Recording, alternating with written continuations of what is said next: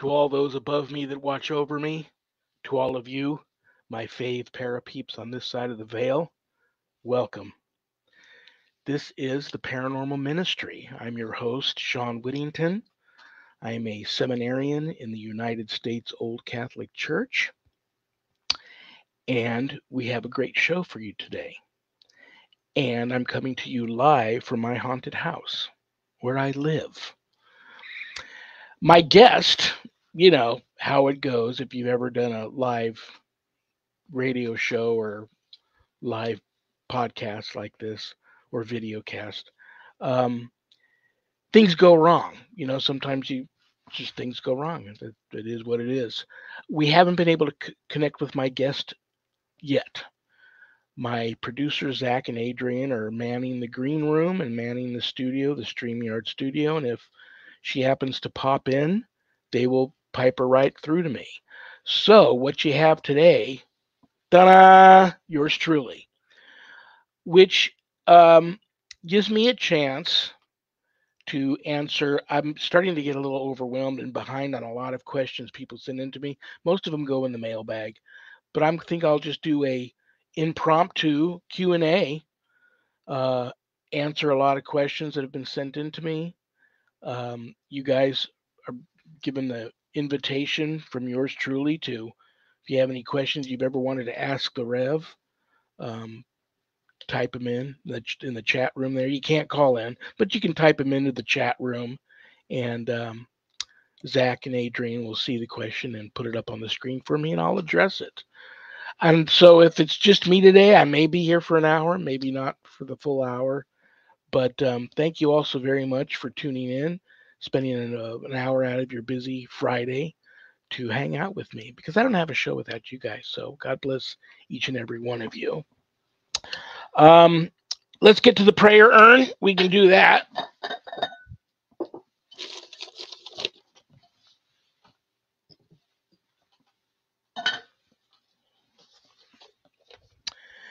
Heather K. from California. I'm going to confession at my church this coming Saturday. Well, good for you, Heather. That's great. It's been a while and I'm nervous. Nothing to be nervous about. Could you offer up a prayer for me to hold me over until Saturday?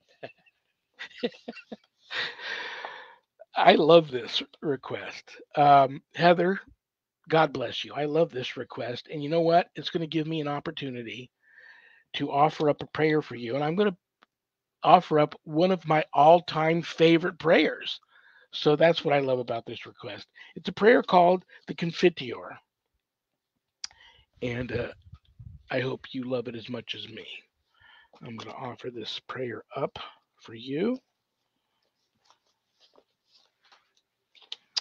I offer this prayer up for Heather. In the name of the Father, and of the Son, and the Holy Spirit. Amen.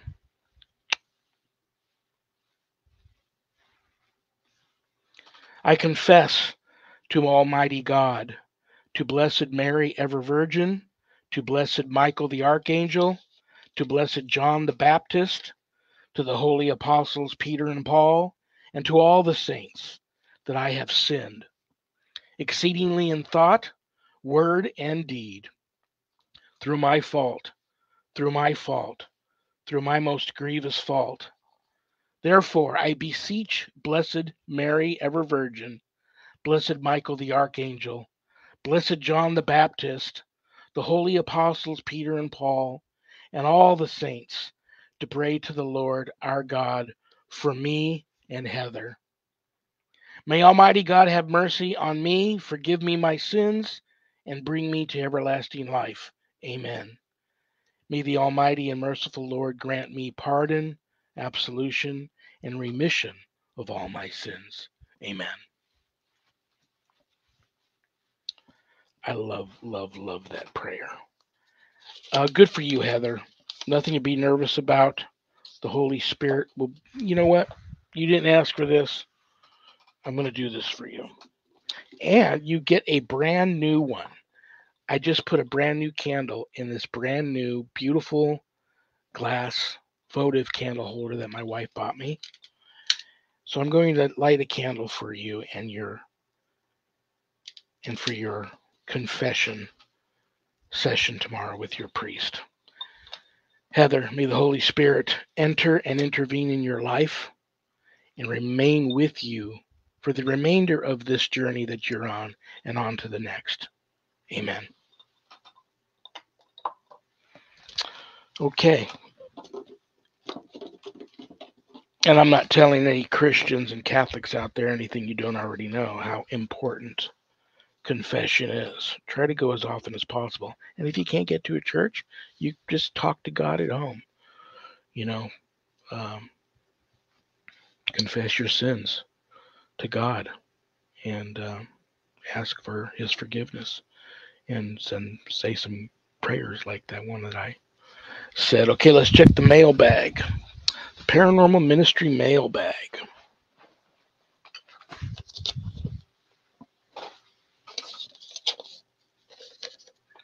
Mark Y. from Tennessee. I love Tennessee. In addition to demons, can spirits also possess people? Wow, another great question. Okay, let me start by saying the longer I'm in this field, it feels like the less I know. No one has all the answers. No one knows it all. There are no experts. In my humble opinion, it's been my experience that there are spirits that sometimes are powerful enough to, a friend of mine refers to it as being jumped, can jump in and out. You've got your very gifted, talented trance channel mediums that channel the spirits. You have some of my Hindu friends that practice deity yoga. Sometimes they're very gifted and channel spirits. So it's not possession in the sense that I think you're asking about because you've mentioned the name demons. It's not demonic possession, but I do believe some spirits are powerful enough and have the ability to jump in and out of people. But it's nothing like demonic possession. Demonic possession is a completely different animal and beast, if you will. And that's a topic for another day. Now, having said that, that should throw up a red flag to everybody in this field because if you are a very gifted person, and whether you feel you are or not, it's been my experience, again, my humble experience. A lot of people I meet in this field are very gifted and they don't even know it. And I believe that that is the reason why they're so passionate about being in the paranormal field, whether it's just being a ghostbuster or a paranormal investigator or, um, you know, just like to go and listen to people's ghost stories and go and take tours of these haunted tours all over the United States in these different cities. Um, I believe that that's why. They don't know why they're so passionate about it, and that's why, because they're gifted. So you have to be careful. It's like why I sometimes I capture some of the most wonderful evidence, whether it be film or still camera or EVPs, what have you, and I don't share them. I had a very bad experience once sharing two bad experiences. One time I shared a picture of um, an entity that I had captured on a landing in a home, and when I showed it to the owner, she fainted, and we were at the top of the stairs. It was lucky I was there to catch her, or she would have fallen and probably really got hurt bad. And then I belong to some of the largest paranormal groups here on Facebook that are on Facebook. And back in the day, I would think that the group.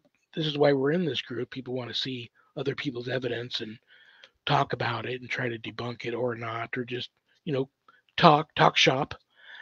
But I found some of the really heavy duty evidence, especially if it was of a demonic nature or a very malevolent nature. When I shared those pictures, many gifted people that belong to some of these groups um, would get very upset, not at me, but like ill, because the bad mojo and bad energy attached to these films and these stills would jump right off the page at them, literally, and make them ill. So I backed off from doing that. And there's a lot to that, the transference of energy when it comes to those types of things. That's why I always warn people, be careful sharing evidence, be careful antique shopping and collecting haunted items, alleged haunted items. You got to be careful with that stuff. And you got to be careful. You got to be respectful of the location you're investigating. Even if it's just a ghost tour, be respectful. Be respectful of the spirits because we just don't know. And last thing you want is to come under the attack of any type of spiritual entity.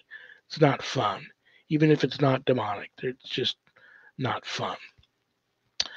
So, that would have been a great question to ask my guest if she pops in. I'm going to leave this question out here just in case she pops in and ask her what she thinks about that. So, if there's anything you want to know about my wife and I and our ministry work, go to our website, www.ghost-b-gone.biz. That's our website. If you go there to visit, there's a lot of cool things there to see. Keep in mind that my wife and I do not charge for our ministry work, helping people with their paranormal issues. So I know times are tough. But if you're there and you notice the donate button and you're able to do so, click on it and send in a small donation. I promise you it'll be appreciated from the bottom of our hearts. And trust me, we'll put it to good use. While you're there visiting, um, I am also a certified spiritual advisor. Yes, I'm in the seminary, and God willing, I make it all the way to the priesthood and become an ordained priest. And one day you'll be calling me Father. But until that day, there's this place on the website where you can make an appointment to speak with me about your spiritual issues if they're not attached to the paranormal. But one day that's going to go away. One day, if I do become an ordained priest, I will probably do away with that. Um, I don't know. I just will do away with it. I won't feel right about being an ordained priest and charging people for spiritual advice.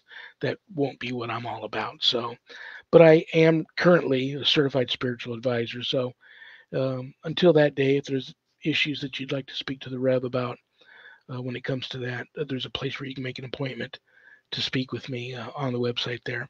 But don't leave the website without navigating over to the page called the WSE course/book. On that page, you'll find the ghost store. In the ghost store, you'll find all kinds of cool stuff, like this awesome throwback ghostbegone.biz coffee cup, t-shirts, hoodies, other things. If you go for that sort of stuff, there's some cool things to purchase in there. But scroll a little bit further down on that page, and you'll see my new haunted autobiography, God, Ghosts, and the Paranormal Ministry. And I quote, scariest book I ever published. That was Annette Munich, owner of Stellium Books, my publisher. But don't let that scare you off of purchasing a copy.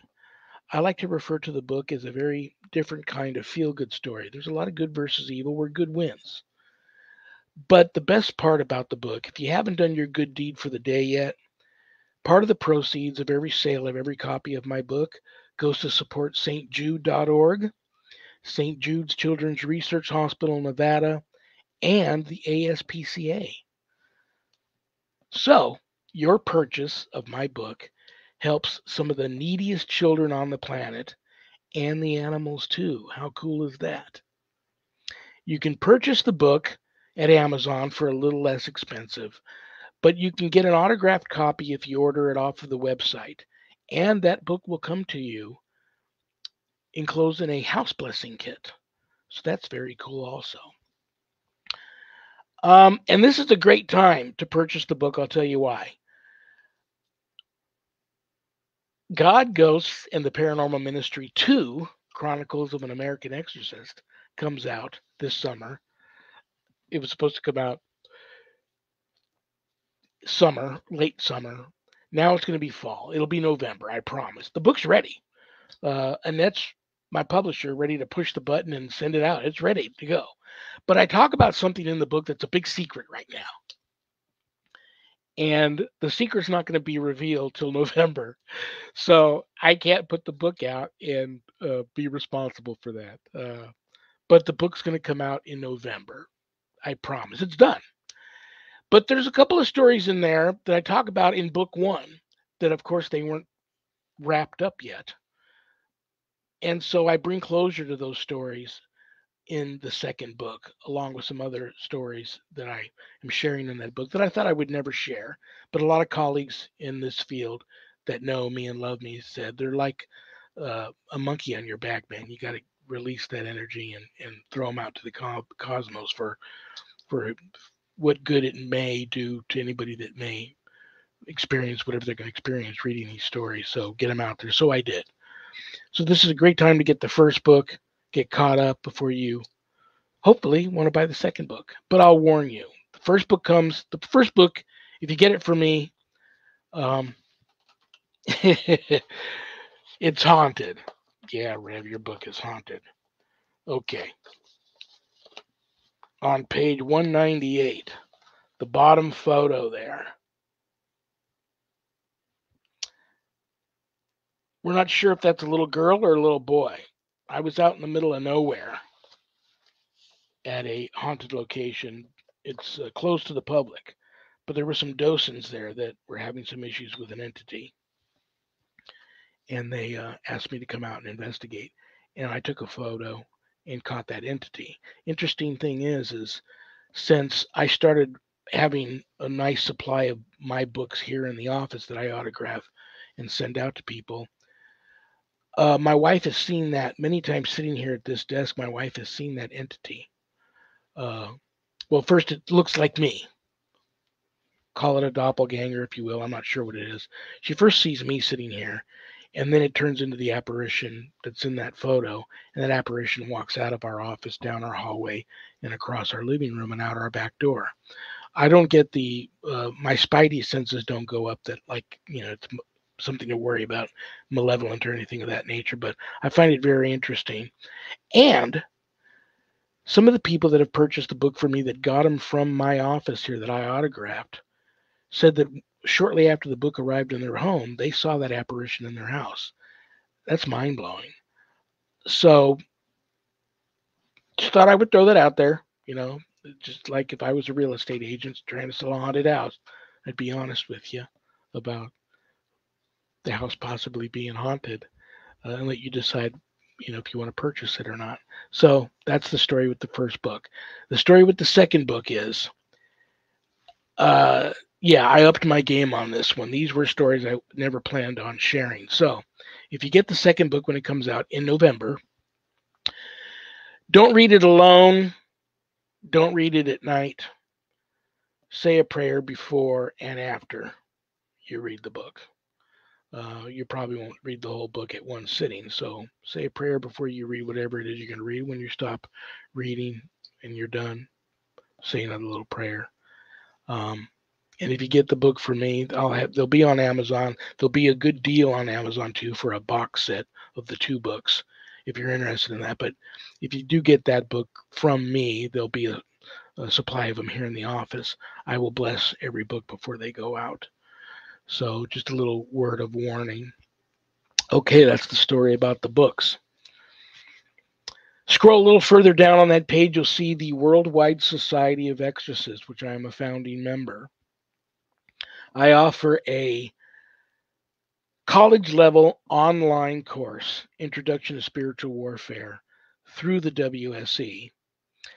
And this is the course for all you true warriors for Christ out there who feel a calling and a longing to want to have more knowledge when it comes to drawing your line in the sand, making a stand, circling the wagons, and putting up a good fight against, God forbid, true evil if it ever comes calling. This is the course for you. You can enroll in the course off of the website. If you would like more information about the course before making that type of commitment, there is a Worldwide Society of Exorcists Facebook page, or you can just reach out to me. I'm approachable. I'm easy to find, easy to get a hold of, and we can talk about the course and see if it's right for you. The course is unlike any other course like it out there. And of course, I'm going to also say that the instructor, which is me, is unlike any other instructor you're probably going to run into. That has a course like this. All my students that graduate get a stunning diploma, certificate of completion, suited for framing, and I will also, along with that certificate, send you some very special blessed items that you can only get from yours truly.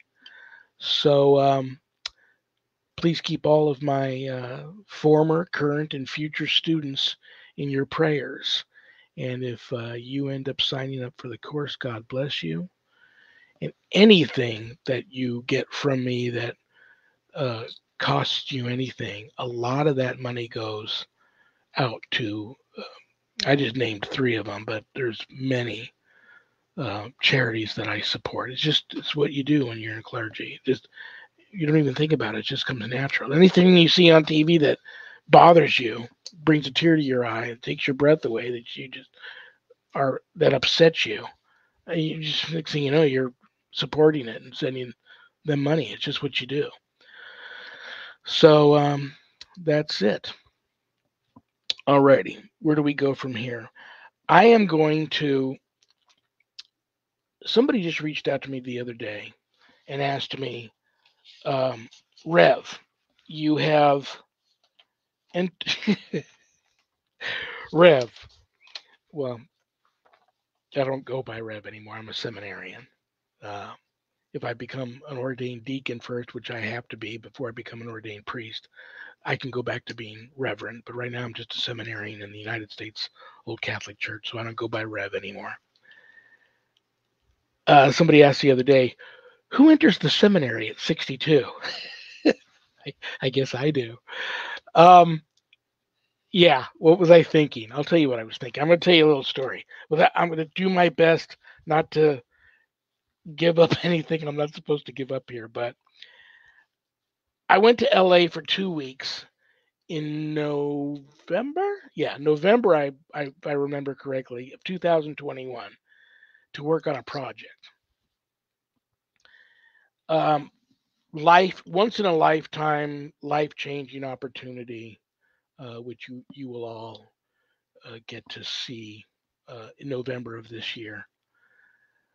And then I went back for a couple of weeks right after Easter in 2022, back to LA for a couple of weeks to wrap up this project. I met some of the most wonderful people you could imagine. Many, probably every single person involved in this project, all of you know them if you've been in the paranormal field. But one day, I'm sitting in my trailer, and in walks this gentleman happens to be a bishop,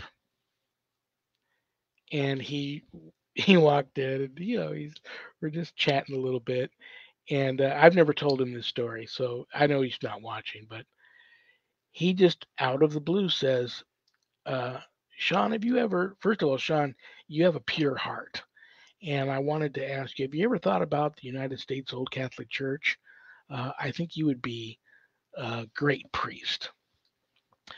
Well, I told him that that was my mother speaking through him, but I didn't tell him that I visually saw my mother's face imposed over his face as he was saying this to me. And I don't know if he felt anything or not, but that was clearly a message from my mother who, when I was growing up, many times she asked me, "What do you want to be when you grow up?" And just being a dumb kid, I would say, "I want to be a pro football player or a cop or a fireman," or whatever I said. It was never priest, but she would always say, you should be a priest. And I would just laugh and think, yeah, my mom is a whack job. But so that was my mother speaking through him, and that was a sign.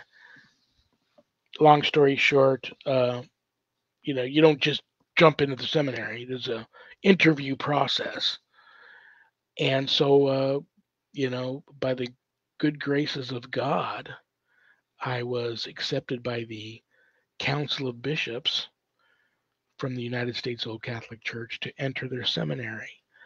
So it's now in God's hands. He's literally taking me by the hand and walking me down this path.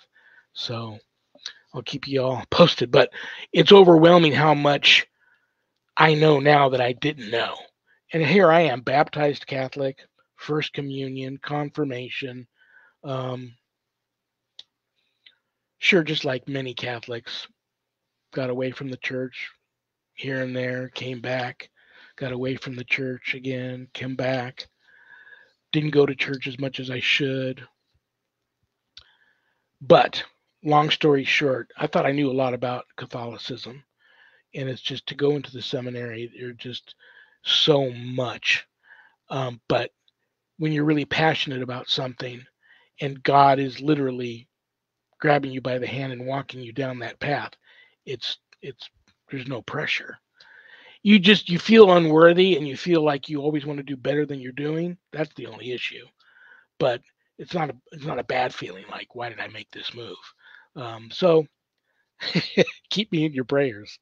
But that's why I entered the seminary, and this project that I worked on, really, really cool. And you guys will all know about it this coming November. So we'll see what happens. So that brings me to this.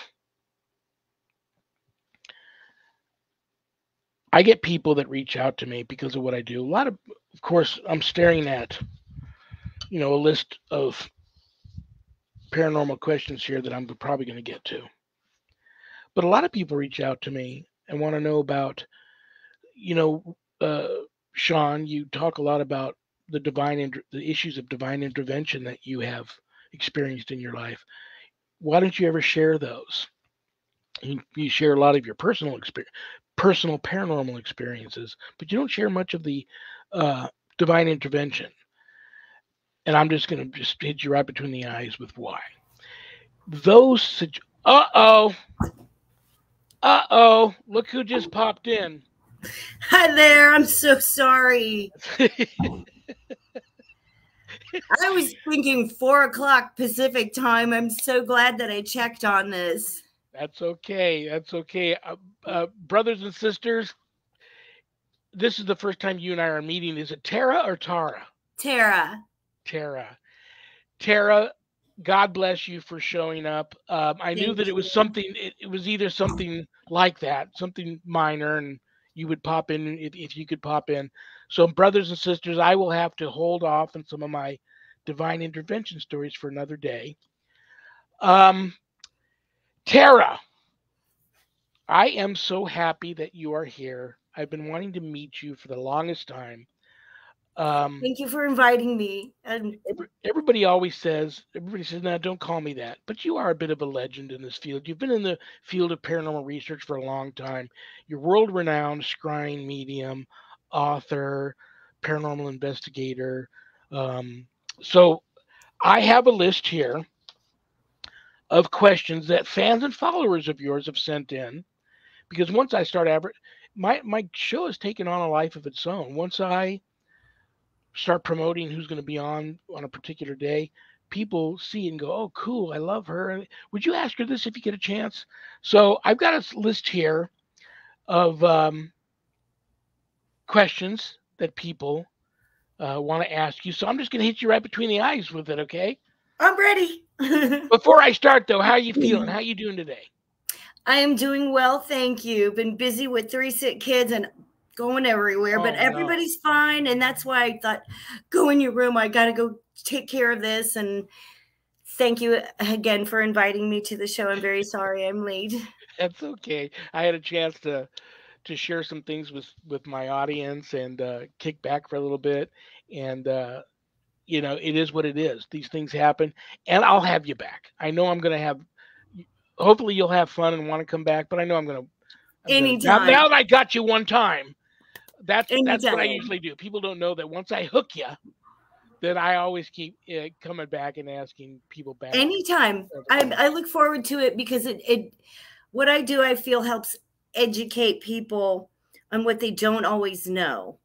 And I'm not vain, and I try to do my best to help everyone. I don't know everything, but I do know quite a few things due to validation and as many psychics as I know. And just different people, the way we go about things all turns up to be the same. So I strongly believe there's a beautiful place that we go and a whole lot to it.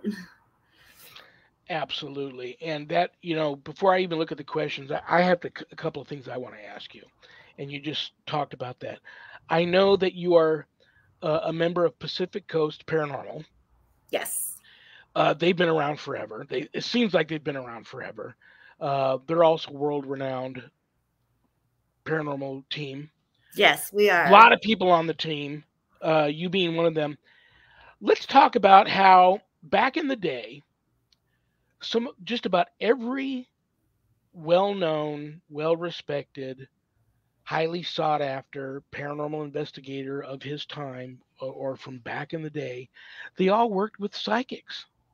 Then the paranormal community went through this weird time, and I'm just going to call them out, and I'm not calling them out to judge. I don't judge. But like when Ghost Hunters first came out, they talked about how they didn't actually. You know what? I'm going to take that back. A couple of early episodes of theirs, they had a couple of psychics on there, but then they left, and then they never had psychics on their teams, and they even addressed it a couple of times that they don't work with them.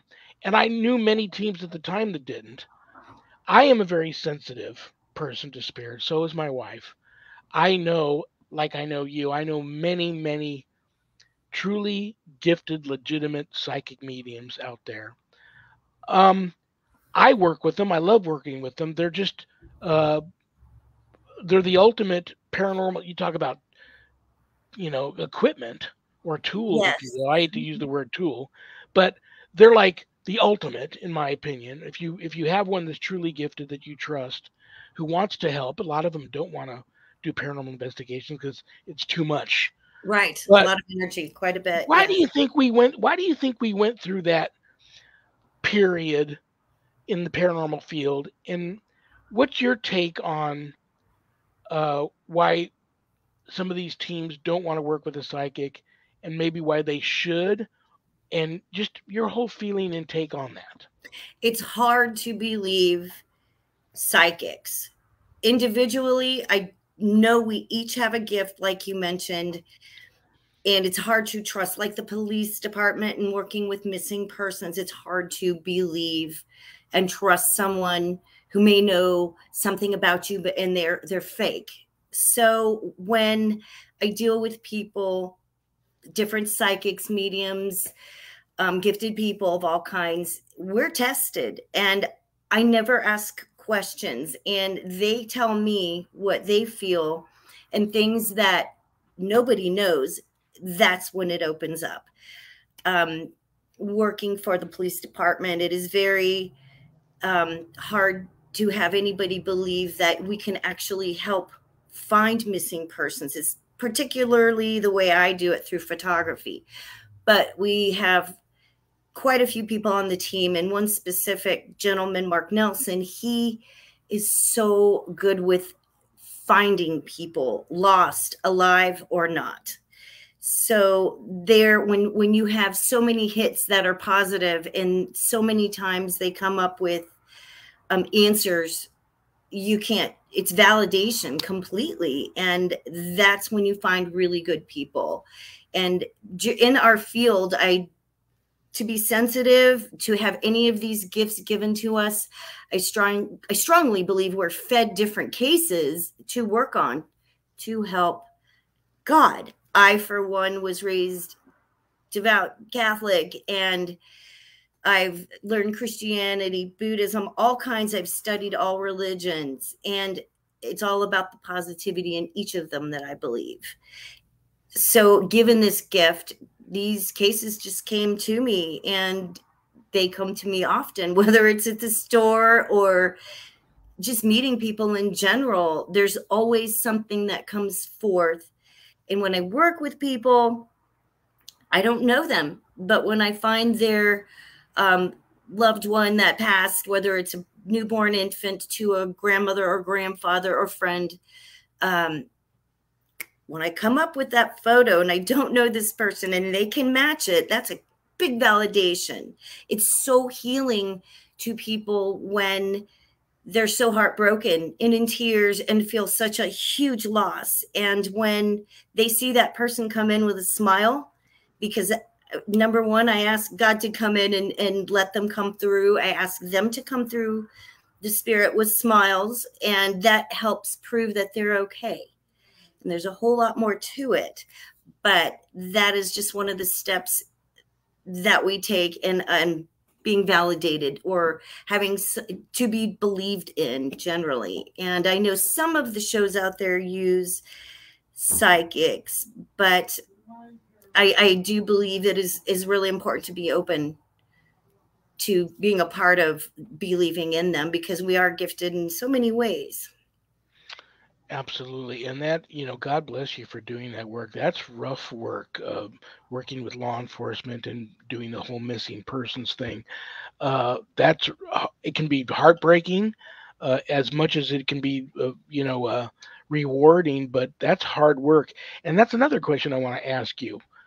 Um, I'm finding that, like your situation, I'm finding that to be the case more and more now, where I will meet a gifted psychic medium who is working with law enforcement. And back in the day, there was a time where that was a big, I think it went on a lot more than they let on that we know about behind the scenes, but that was a big no-no. You would never catch, you know, a detective or a police chief or, you know, police commissioner or anybody like that openly announcing to the public, yeah, well, on this case, we're working with a psychic. They never They either were totally against it or they kept it on the down low. What do you think the change, where that change is coming from now? Even with the government, I'm sure they, in the past and presently, use intuitive people. I think it's just through being validated through their answers and findings, whether it's a body buried here or a missing person, that so many people will say, oh, this missing person is a runaway or a drug addict, or just all the negative comes out. But I have seen a few people who have such direct hits that they just can't be wrong. They're fed this information because they're so desperately wanting to help, and they're fed through their guides, information as to where these people are, how they are, what happened to them. But with so many times of being correct, they have to have their eyes open to it, even if they don't really mention that. So I do believe over a period of time, we have some very good people who step forward and have given us their gifts to show us proof. Oh, you don't, but I feel like I should say that you don't know how appreciated, those of us that know, we appreciate the kind of work that uh, gifted people like you do. Uh, it's like I said, it's invaluable. And it's like my wife's, she keeps her gifts. She doesn't openly share her gifts with a lot of people, but I know, before I started working pretty much exclusively more malevolent type cases, she went with me everywhere on all these cases, and I would have to say 99% of them that we were able to bring closure to, I wouldn't have been able to do that without her being there and using her gifts to help me. And then after, of course, she sustained a severe demonic attack on one case, I stopped taking her to those types of cases, and she fights me on that because she wants to go back and continue to help where she can, but I I try to avoid. I try to sneak out more, and do those cases than drag her into that sort of stuff anymore. Um, let's talk about you being an award-winning, highly respected award-winning spirit photographer. Now, when I wrote that down in the promo for you, scrying medium and spirit photographer expert. Now I'm thinking about, like, I have to laugh because when I take my wife on a case, and I still do occasionally, here she is. She'll have me stop at the drugstore. She'll go in and buy one of those throwaway tourist 35 millimeter cameras.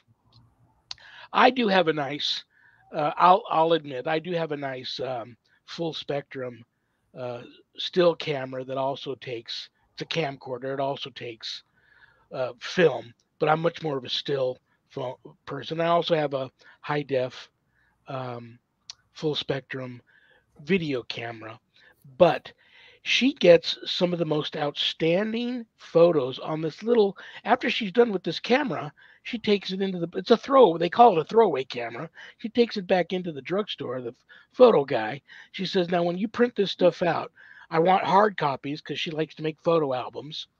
She goes, "And I also want you to give it to me half of the rest of them on a disc so she can upload them in the computer and we can review evidence." But she gets some of the greatest photos off of these little throwaway cameras that you buy at the drugstore. Blows me away. So I know everybody talks about all these really expensive cameras and all of that. Do you have any tricks of the trade? I know there's some next generation and even some old school people watching that go, how is she so successful with the photos that she takes? It. I know a lot of it is your gift, but do you have a special camera or a special technique? I have an old Nikon Coolpix. I use any camera. I didn't really want to use a cell phone, but I've noticed with technology, any camera works. I point and click. I don't even know how to set an ISO. It sounds ridiculous, but I don't. I point and click.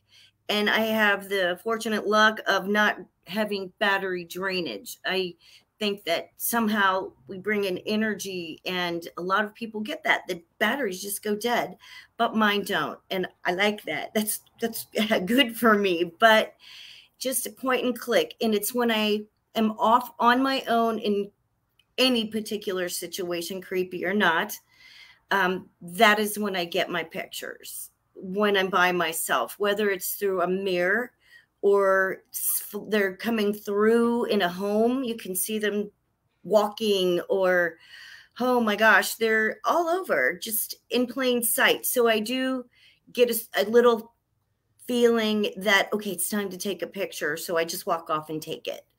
That's one of the good, that's what happens when I'm on my own, whether it's some oddity of perhaps extraterrestrial or whatever it may be. It's communication. I think that's the number one part of that, is communicating. I ask if there's anyone in here, let's communicate. Can you show me who you are? Tell me who you are. If there's a case we have to work on, we figure it out all the way through. But knowing that there's a few people wherever I am, and usually they come in very quickly. So whether it's Native American or a biker type person or anyone, male or female, pets even, they all come through. And that is when people turn around and say, oh, okay, well, I was looking for my brother, but there's my two cats. It's good to know they're together. And I wouldn't have known they're her cats. They just sometimes come through, horses, birds, any animal. But there's always a story to these pictures. So if there's a case, that actually helps to say, find out who was there in the past, what happened, guarding the land or not. So it's very, I do believe the strongest part is communication. Yeah, you just so well known for your photos, the many that you've taken. Let's talk about,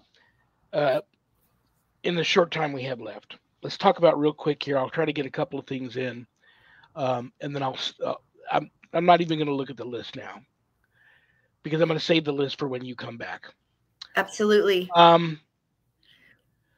what do you think about the energy transference with these pictures, and how does that occur? Do you believe in that? And if you do believe in that, how do you think that that occurs? Where like you take a photo, you capture the spirit in this photo, but now there's some type of residual attachment now to that photo. Do you believe in that? Yes, because there are feelings that come in with these photos. I'm not that type of psychic where I can read everything happening, but I do get these feelings of whether, for instance, had taken a picture of a little girl. She came in with her horse. She was a Native American. I had a strong feeling she had drowned, and I believe it was either her mother or sister that came in. But I had to do some research, and they're way back when they were around. This was near the ocean, but this child, I believe, drowned in a well because there were no lakes around the area. This is in Beverly Hills, where the Chumash are quite prevalent. They're all over the city, but seeing them both and just picking up on that, it's hard to validate, but I have that feeling, and I tend to believe that. It's a hard when I just don't know, but with working with these pictures, if it is a negative type entity that comes through or something which I call non-human, I get sick to my stomach. I don't feel right. So something's negative. I never toss the photo. I just keep it in the SD card and put it aside. But there are times when certain things, when I'm working with spirit and I ask, which I've learned not to ask, what exactly happened to you here? How did you feel? I was working on a sci-fi case that I sold to Sci-Fi, and it was amazing because this biker, I went in first, took pictures, and there were bikers there. Well, the psychic came in about a week later and said, I'm surrounded by bikers. We don't communicate. We don't tell them the address, nothing. Sure enough, the entire story led to this woman was murdered. She was given an overdose of heroin, and they buried her bones in the house. And this whole story came to be. But I did feel that horrible, sick feeling, which I've never done drugs. That feeling I had to explain to friends that were nurses, and they told me it sounds like a heroin overdose. Wow. And I learned not to ask. I don't want you to come into meetings. I don't want to know or feel. I just, somehow we have to work that out through taking pictures. So putting everyone together, listening, talking, communicating, that story from beginning to end led into the person that was the missing person. She was murdered. Her family's at rest now. They know what happened to their daughter. But it takes a while. It may take a month or sometimes 6 months to a year to solve a case. But it's always something that correlates to someone's life and that we can put everything together. Yeah, that's amazing, and it's there's a reason why you've mentioned indigenous people a couple of times, and we're talking about photos. I have indigenous friends that they don't like their photos taken. They've never really sat down and had a one-on-one with me and tell me why they're so weirded out about it. But I know that's a thing with them, so I don't push it. But people need to take it serious. The spirit photography you got to take serious. And in the short time we have left, I got about 6 minutes left with you.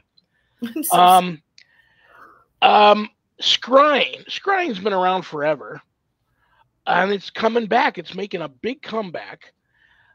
My when I think of Scrying, and I forget the name of the movie, Nicole Kidman starred in it. It was a it was a Civil War piece where in the beginning of the movie, her friends leaned her backwards over a well, and she had a mirror that she looked at the reflection of the water in the well into the reflection of the mirror to see her future, or if she was going to her to see whatever vision she was going to be given. And I think of that. I know there's many different forms of them, and I know you've mentioned in stalking you this past week, there was a mention of mirrors. And when I think of mirrors, oddly enough, well, of course, I know lots of friends from like the Bible Belt Bayou country, Louisiana, New That's where I'm Orleans. from. Really? Yeah, you guys big about covering the mirrors when someone in the home dies, or if there's going to be a reception there of a, in a home from someone that lived there that died. Everybody always covers the mirrors. I have learned to take photos of mirrors when I'm on cases that I believe there's the presence of a malevolent entity because I catch them in the mirrors. It's the sometimes bone chilling, Yes. but it's also very, I don't know what that's all about. Ghosts not so much in the mirrors, but I catch malevolent entities in the mirrors. Um Real quick, talk about, before I let you go, talk about your technique, your fave go-to technique of scrying. When dealing with someone who has just passed, I talk to the person about the one who's passed, their loved one or best friend, whoever it is, and I get together with them, whether it's from home. I work around the world by them taking 10 pictures and calling out for the person that is actually had passed away, no matter who it is. I have them send me these pictures and I work on them. People don't see what I see, so I enhance the photo only, and they come back and go, oh, that's my husband or whomever, and then they match the pictures.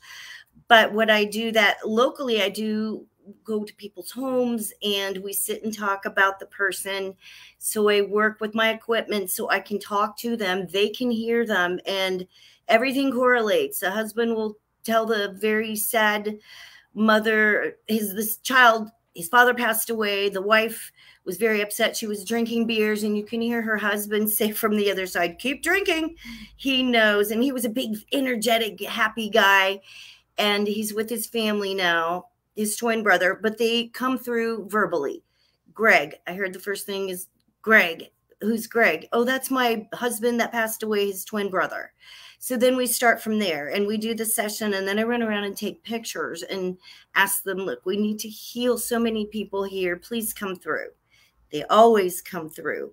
It doesn't have to be in a mirror. I had worked with some resin. I work with art resin, and I had taken a photograph of this, and I saw my husband's father 2 weeks ago who had passed away right in there. I knew he was in the house. So it's good to know. It's good to know for David. It's good to know for his mother that, he's still around, and it's just easy with the reflection. I do believe it is more easy for them to come through and be shown, to be seen. So that scrying works beautifully any time of day or night. But I do believe, it's best at night. It seems to work more easily, but anything can come through, like you're saying, because I have quite a few pictures of things that I just say aren't of our world. I've been told they're very negative, so I kind of just put them aside. In the couple of minutes I have left with you here, I know many people call me crazy, and I could be. That's why probably every other month, or I try once a month, but every other month I sit and have an hour or two talk with a friend that's known me all my life, who's now a clinical psychologist, and I also have a friend that's known me all my life, who's a very successful psychiatrist. And when we talk, we just talk, and I tell them, listen, the last thing somebody needs at their home is a crazy exorcist. So if you ever think that I'm, need to give this gig up, I'll trust your judgment. Let me know. Talk to me, and then let me know what you think after we talk. Like I'm in the freezer section at the market the other day, and I see a reflection of a spirit in the glass door, and I'm talking to it, but I forget. Now I put the blinders on, and I totally forget where I'm at. So I realize all of a sudden I stop, and I look, and everybody in the aisle, other shoppers, have all stopped, and they're just giving me this look like, what is this guy's problem? So, do you get it? Do you get a lot of that? Do you just blow it off, or do you? I do. And I turn around, and if I have my cell phone on me, I show them exactly what I do very quickly. And it's always mind blowing to these people. People think we die and go into the ground, into the dirt, and we do not. It's a beautiful transition. And we come back and forth. But I do know that quite a few people have done that. And I have to go and say, just here, quick, look at this. And then they have their own story. So, and then that's another way people come to me and need help. So I wouldn't stop, keep on going. And it is what it is. It is very true, very real. Yeah. Some believe, some don't, but we're out here to help everyone. What are you doing? You said you had kids. How young are your kids? Oh my gosh, I have twins that are 16 and a 14-year-old that just turned 15 and a 26-year-old. So it's obviously, is Halloween big in your home? Oh, huge. We love Halloween. We do. Do the kids still go out and trick or treat, or do you all stay home and hand the candy out and decorate? A little bit of both. They're still so active and they have fun. And I'd rather them go out and trick or treat. They don't do drugs, but for the people who don't, like the older kids coming, it's better they're trick or treating and having fun than going off and doing something they shouldn't be doing. So I let them go. They're one of my kids. He's 16 and 6'1". So that's hard for him. He likes to hand out the candy. Well, yeah, I'm the weird old dude. My wife and I, we're the weird old haunted couple in the neighborhood. We've been here for 20 plus years in this neighborhood, and everybody knows the house is haunted. So we stopped celebrating because the kids wouldn't come to the house anymore trick or treating. There'd be a knock on the door. It would be the parent, the kids down on the sidewalk, and these parents come up to get the candy because the kids don't want to come up. So we thought, okay, maybe it's time to just not celebrate any longer. So I stopped putting the pumpkins out, and I turned the porch light off. I stopped decorating and doing all that. But who knows? I may bug you for a Halloween appearance, because if you like to tell a good ghost story, I'm going to do a show on Halloween. Okay. Maybe I'll get you back to tell everybody a scary ghost story. If you're going to be around for Halloween, I don't know. I have a good one. I had an episode on my ghost story, and it was of my mother. I got a picture of her full body apparition, and they put that show on for Halloween. So it was a good one, and I can tell all about that. Well, you look at your schedule. I'll reach out to you. I'll see if you're busy for Halloween. That's okay. And if not, maybe I'll have you back on Halloween night, because I am going to it's a Monday night this year, and I have a Friday show and a Monday show, and I'm going to be here on that Monday night.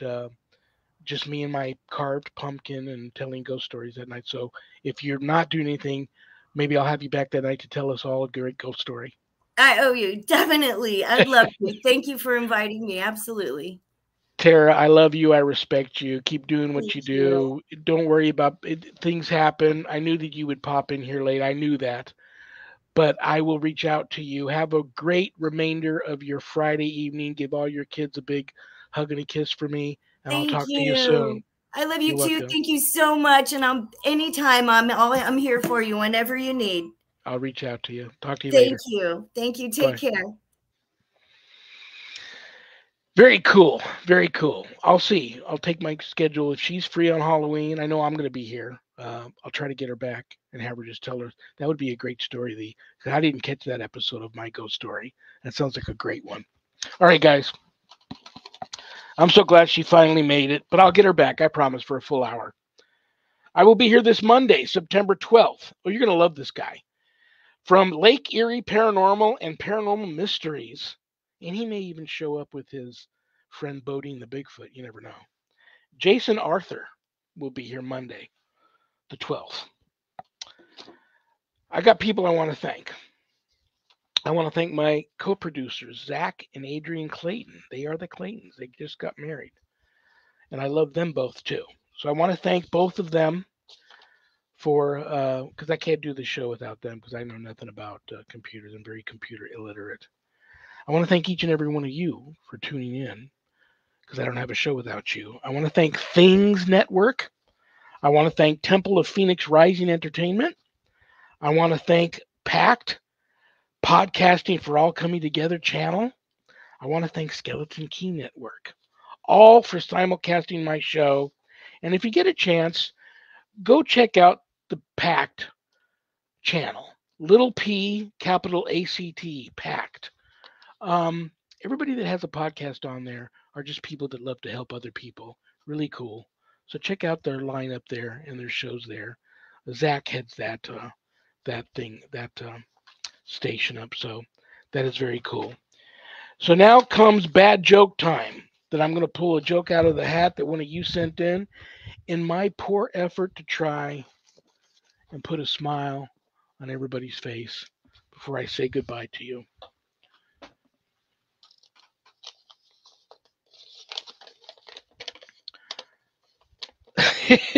This is a long one. Do I have time for a long one? Yeah, I'll make it fast. And this is from Bishop James Long, who I inadvertently mentioned earlier in the show. This is a good one. Three brothers, ages 92, 94, and 96, live in a house together. One night, the 96-year-old draws a bath, puts his foot in, and pauses. He yells down the stairs, "Was I getting in or out of the bath?" The 94-year-old brother yells back, "I don't know. I'll come up and see." He starts up the stairs and pauses. Then he yells, "Was I going up or down the stairs?" The 92-year-old brother, sitting at the kitchen table having coffee, listening to his brothers, he shakes his head and says, "I sure hope I never get that forgetful." He knocks on wood for good luck. He then yells up to his brothers, "I'll come up and help both of you as soon as I see who's at the door." Good night, dog. Good night, Danny. Good night, Jack. Good night, Harold. Rest in peace. Good night, Ernie. Good night, Bill. Good night, Dan. God bless each and every one of you. I love you all. Peace.